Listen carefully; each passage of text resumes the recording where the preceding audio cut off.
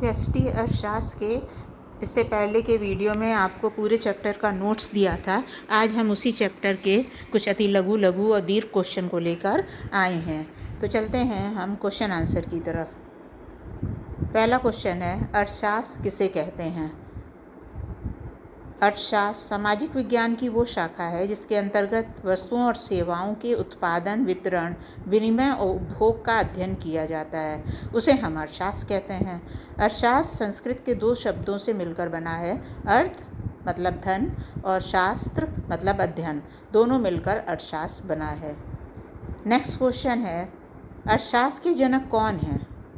अर्थशास्त्र के जनक Adam Smith हैं, जिनका जन्म 5 जून 1723 में हुआ और 17 जुलाई 1790 में उनकी मृत्यु हो गई। वे ब्रिटिश नीतिवर्ता, दार्शनिक और राजनैतिक अर्थशास्त्री थे। इन्हें अर्थशास्त्र का पितामह भी कहा जाता है। इन्होंने 1776 में the wealth of nation book प्रकाशित की थी। अर्थशास्त्र की रचना कब हुई थी? अर्थशास्त्र की रचना 4वीं शताब्दी ईसा पूर्व कौटिल्य के या चाणक्य द्वारा संचालित किया गया। इसमें राज्य व्यवस्था, कृषि व्यवस्था, न्याय व्यवस्था और राजनीति व्यवस्था पे ध्यान दिया गया। नेक्स्ट क्वेश्चन है, अर्थव्यवस्था की उत्पादन संभावना से आपको क्या अभिप्राय है? आंसर है, किसी अर्थव्यवस्था के संसाधनों का प्रयोग करके दो वस्तुओं के जिन भी संयोजनों का उत्पादन करना संभव है वे उत्पादन संभावना कहलाती है। नेक्स्ट है, सीमांत उत्पादन संभावना क्या है? सीमांत उत्पादन संभावना दो वस्तुओं के उन संयोगों को दर्शाती है जिनका उत्पादन अर्थव्यवस्था के संसाधनों का पूर्ण रूप से उपयोग करने पर किया जाता है।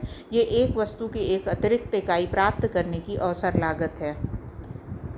इसके बाद दीर्घ क्वेश्चन है जो कि हर साल आता है। ज़्यादातर ये क्वेश्चन लघु या दीर्घ में पूछा जाता है कि अर्थव्यवस्था की केंद्रीय समस्याओं की विवेचना करिए। आंसर है, अर्थव्यवस्था की केंद्रीय समस्याएं इस प्रकार हैं। किन वस्तुओं का उत्पादन किया जाए और कितनी मात्रा में? प्रत्येक समाज को ये निर्णय करना होता है कि ये किन वस्तुओं का उत्पादन करे और कितनी मात्रा में करे।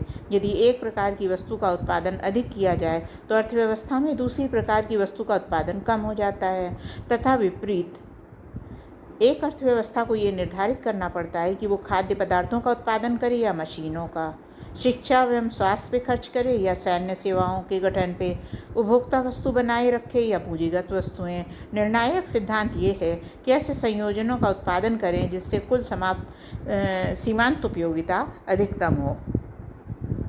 फिर है सेकंड, उस वस्तुओं का उत्पादन कैसे करें? सभी वस्तुओं का उत्पादन कई तकनीकों द्वारा हो सकता है। किसी वस्तु के उत्पादन में श्रम प्रधान तकनीक का प्रयोग करें या पूंजी प्रधान तकनीक का, ये निर्णय लेना होता है। इसके लिए निर्णायक सिद्धांत ये है कि ऐसी तकनीक का प्रयोग करें जिससे औसत उत्पादन न्यूनतम हो।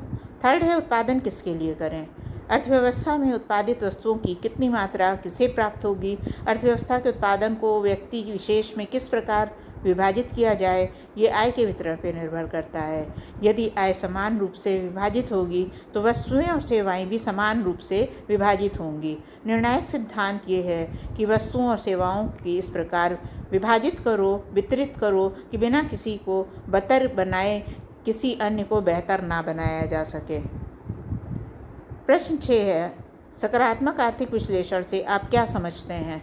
सकारात्मक आर्थिक विश्लेषण इस बात का अध्ययन है कि कई सकारात्मक बयानों और तरीकों की जांच के माध्यम से आर्थिक समस्या क्या है, कैसे हल की जाती है। दूसरे शब्दों में हम कहें तो इसे कारण और प्रभाव संबंध के रूप में भी जाना जाता है। ये व्यक्त करता है क्या है, ये सच्चे कथन हैं जो बताते हैं कि भविष्य में क्या था, क्या है और क्या होगा।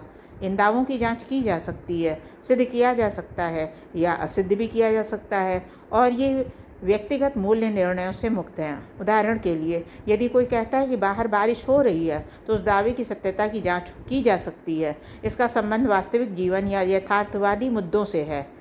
लियोनेल रॉबिन्स जैसे अर्थशास्त्रियों द्वारा आर्थिक सिद्धांत को शुद्ध विज्ञान माना जाता है। अन्य उदाहरणों में भारत का विविध अर्थव्यवस्था वाला, अत्यधिक जनसंख्या वाला देश होना इत्यादि शामिल है। तो इस लेसन में जितने भी इम्पॉर्टेंट अति लघु और दीर्घ थे वो मैंने बता दिए हैं, और ये क्वेश्चन आप नोट कर लीजिएगा। मेरे चैनल को अगर अभी तक नहीं सब्सक्राइब किया है तो आप सब्सक्राइब कर दें और बेल आइकन को प्रेस कर दें वीडियो अच्छा लगा हो तो इसको शेयर कर दें और लाइक कर दें।